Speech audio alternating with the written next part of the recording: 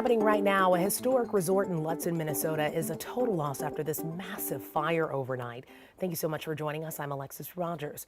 What you just saw was a fire taking over Lutsen Lodge just after midnight. We know all staff members made it out safely and no guests were on site. Guests who had reservations in the future can expect a call on what will happen next. In a post on Facebook, the resort says the amazing memories made here are in our hearts as we begin the heavy-weighted process to rebuild back better. We do have a crew in Lutsen and we'll have an update for you this afternoon at 4. Well, overnight, some sad news for country music fans. Singer Toby Keith is dead after a battle with stomach cancer.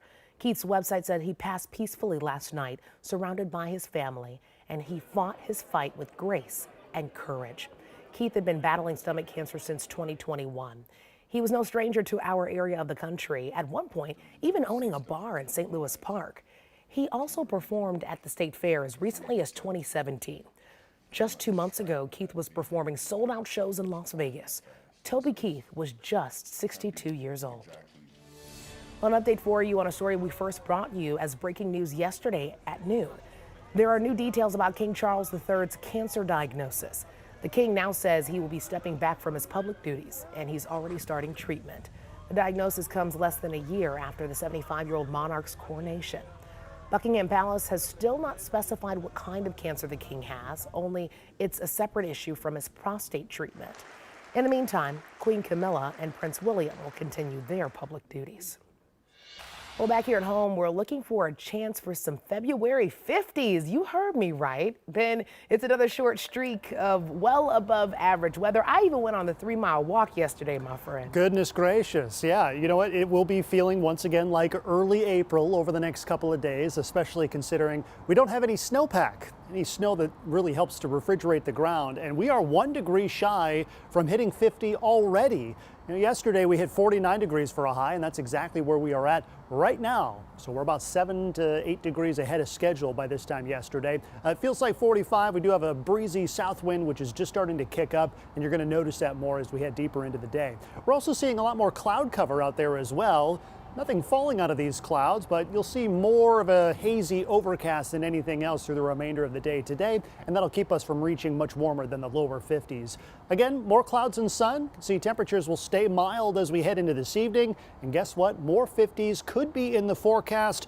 We'll talk about when things finally turn around for us temperature-wise coming up. Alexis. Ben, thank you so much. New at noon, a federal appeals court says former President Donald Trump can be taken to trial on charges related to the 2020 election interference case. Just hours ago, the court rejected Trump's claim that he's immune to prosecution on accusation that he plotted to overturn the results of the election.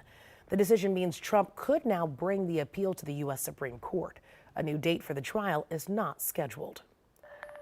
In less than 4 hours, activists and community members in St. Paul will call on city leaders to declare a ceasefire in the Israel and Hamas war. The rally starts at 4 this afternoon, organized by a group called Women Against Military Madness. As hostage negotiations continue, they say they're calling on St. Paul City Council women to pass a resolution for a ceasefire in Gaza and an end to U.S. military aid to Israel. Well, right now, cities across the country are struggling to keep their fire departments staffed. Michelle Beck shows us what that looks like in our area. So the question is, can you answer the call for help at a time like now, during the day? That's what Farmington's fire chief says he needs from firefighters. He's hoping to fill about 10 positions. They'll be paid on-call positions. And almost everyone in this department right now is a volunteer, does this on top of their full-time jobs. According to the U.S. Fire Administration, roughly 96% of departments in our state are volunteer or mostly volunteer, meaning not even 4% of departments call firefighting their full-time jobs. The chief says it's an important job, one that requires full family support. You know, people are working more hours at work, their kids are in sports, those commitments are greater than they've ever been. So we're fighting with that type of stuff, the family life outside of the fire department. The chief adds you don't need any prior experience and that you'll get all the training you need from the department. In Farmington, Michelle Beck, KARE 11 News.